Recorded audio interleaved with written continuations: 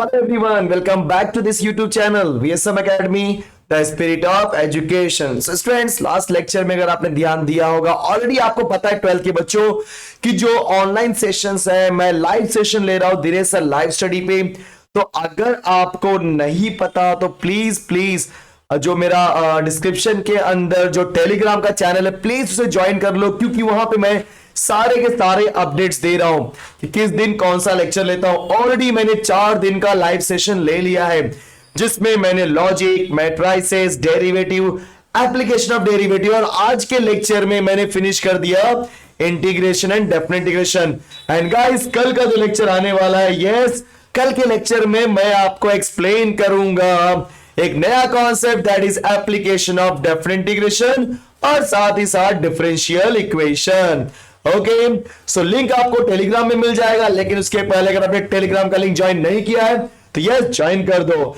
And actually वहां पे sir के चैनल पे लेने का रीजन ये है क्योंकि नो डाउट वहां पर ऑलरेडी क्या बोलते हैं कि सर का सेटअप अच्छा खासा है, इसलिए सर के सेटअप पे ही मैं सब कंटिन्यू कर लेता हूं, राइट। लेकिन जो आपको रेगुलर लेक्चर्स हैं, जो बाकी अपडेट्स हैं, आपको यस मेरे चैनल VSM एकेडमी पे मिलते रहेंगे।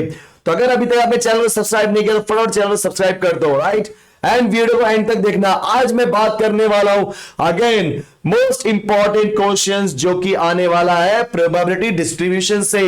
अगर इस चैप्टर के वेटेज के बारे में बात करेंगे बच्चों तो ध्यान देना, इस चैप्टर का वेटेज है 11 मार्क्स का, जिसके अंदर एक 4 मार्क का क्वेश्चन तो फिक्स बनेगा, एक 3 मार्क का क्वेश्चन, राइट, एक और 3 मार्क का क्वेश्चन और एक 1 मार्क का क्वेश्चन। सो 1 + 3 + 3 + 4, या तो वो लोग ऐसा भी कर सकते हैं 4 + 4 + कितना 3। ओके, तो ये दोनों कॉम्बिनेशन में आपका क्वेश्चन आएगा। सो कुछ बोर्ड के क्वेश्चंस मैंने ऑलरेडी दिखे हैं यहाँ पे। अब जरा ध्यान देना, मार्च 2016 में जो क्वेश्चन आया था स्टूडेंट्स, बोलो क्या है कि मेरे पास एक वेरिएबल दिया गया, रैंडम वेरिएबल 0 1 2 3 4 5 6 सबके के की वैल्यू दी गई है, आपको निकालना है के की वैल्यू। और ध्यान देना, ये जो के आपका कांस्टेंट और 2 मार्क के लिए क्वेश्चन पूछा गया है, तो आपको पता है कि जब कभी भी ये प्रोबेबिलिटी डिस्ट्रीब्यूशन होगा तो क्या करोगे, summation of all p of x की वैल्यू क्या आएगी 1। सो k + 2k + 4k 7k 9k 11k 13k सबको ऐड करो और इक्वल टू 1 करो, देखो k की वैल्यू क्या आती है। Second question again for 2 marks, the probability distribution, ये कंटिन्यूअस रैंडम वेरिएबल के लिए है बच्चों, जिसमें आपको f ऑफ x दिया है x/4 और आपको निकालना है probability of x is less then 1। Already मैंने सिखाया है कि इंटीग्रेशन ऑफ, अगर मुझे निकालना है probability of x is less then 4, सो उसके लिए लेस देन 4 मतलब ध्यान लेस देन और इक्वल टू 1 निकालना है। सो लेस देन और इक्वल टू 1 के लिए ये 1 बड़ा है तो कहां जाएगा, ऊपर, और नीचे आएगा छोटी वैल्यू, तो छोटी वैल्यू कहां से आएगी, जो आपको रेंज दिया है, तो रेंज क्या दिया है 0 से 2 का, तो उसकी छोटी वैल्यू क्या है 0, और क्या लिख दोगे f of x fix to x। Okay, बाद में f ऑफ x की वैल्यू पुट करो x/4, सिंपलीफाई करो आपका आंसर। फिर आपको रैंडम वेरिएबल दिया है f ऑफ x, आपको निकालना है c e of x and variance of x। Okay, 4 mark के लिए। फिर जुलाई 2016 में एक क्वेश्चन f ऑफ x का दे दिया, मतलब कंटिन्यूअस रैंडम वेरिएबल का एक क्वेश्चन तो दे ही रहा है। फिर एक क्वेश्चन थोड़ा वर्ड प्रॉब्लम दे दिया कि a new treatment for baldness is known to be effective in 70% of the cases treated. 4 board members from different families are treated. Find the probability that first and second. So ये question जो है guys वो आपका है binomial distribution का, जहां पे probability of success है 70%, मतलब 0.7, क्यू की वैल्यू होगी 30%, दैट इज 0.3, एन की वैल्यू हो जाएगी 4 की 4 bald members are different families are treated. Okay, now formula apply करोगे एक्सैक्टली 2 मेन x इक्वल 2 और एटलीस्ट 1, मतलब है x is greater than equal to 1। देखा आपने, ये किसका है, बाइनोमियल का, 3 मार्क के लिए क्वेश्चन। और जो अगला क्वेश्चन दिया है, बोलो किसके लिए पूछा है, पॉइजन डिस्ट्रीब्यूशन के लिए। याद रहा फॉर्मूला, यस। सो बाइनोमियल पॉइजन दोनों में से मैक्सिमम टाइम एक क्वेश्चन तो पूछेगा ही, राइट। तो ये प्रीवियस ईयर के क्वेश्चन है जब आपको आता था 8 मार्क्स का, लेकिन अब आपका वेटेज बढ़ गया है, राइट। चलो अगले ईयर पे चलते हैं, दैट इज मार्च 2017। ऐसा एक क्वेश्चन जिसमें मुझे वेरीफाई करना है कि ये आपका फंक्शन प्रोबेबिलिटी मास फंक्शन है कि नहीं। अब आपको मैंने सिखाया था कि प्रोबेबिलिटी मास फंक्शन के लिए पहला कंडीशन कि पी ऑफ एक्स की वैल्यू क्या होना चाहिए, मोर देन और इक्वल टू 0, और दूसरा कंडीशन कि जब आप पी ऑफ एक्स की वैल्यू को ऐड करोगे तो आपका आंसर क्या आना चाहिए, 1, नॉट 0, 1 आना चाहिए। अगर कोई भी फंक्शन ये दोनों कंडीशन को सेटिस्फाई करता है तो yes it is a given, a function is probability mass function. अब इस क्वेश्चन को देखोगे तो पी ऑफ एक्स की वैल्यू माइनस है, तो जो कि माइनस होनी चाहिए क्या, नहीं, हमेशा पॉजिटिव होनी चाहिए। सो यहीं पे बात खत्म हो गई, मतलब it is not a probability mass function. फिर आपको पॉइजन डिस्ट्रीब्यूशन दिया गाइस, और आपको m इक्वल टू 1 दिया है, आपको निकालना है probability of x is less than equal to 1। उसके लिए आपको फॉर्मूला पता ही है, मीन और स्टैंडर्ड डेविएशन निकालना है कंटीन्यूअस रैंडम वेरिएबल का, और उसका फंक्शन दिया गया है। ठीक है, चलो, एंड जो भी ओमिटेड टॉपिक्स है उसको मत कंसिडर करो, ठीक है, यस। अब आते हैं, एक मिनट, थोड़ा सा इसके नीचे भी क्वेश्चंस है, मैं ध्यान नहीं दिया, यस। अब आते हैं बच्चों हम लोग जुलाई 2018 में, तो जुलाई 2018 में अगेन आपको एक क्वेश्चन आ गया जो कि है probability density probability mass function के ऊपर, ओके। एंड उसमें मुझे क्या करना है कि रिगार्ड्स द पीएमएफ तो वेरीफाई करना है। तो यहाँ पे x की वैल्यू 1 2 3 पुट करो। जब आप x की वैल्यू 1 2 3 पुट करोगे तो x की वैल्यू 1, जब x की वैल्यू 1 पुट करोगे उसके p ऑफ 1 की वैल्यू क्या आएगी, 1 - 1 डिवाइड बाय 3 दैट इज 0।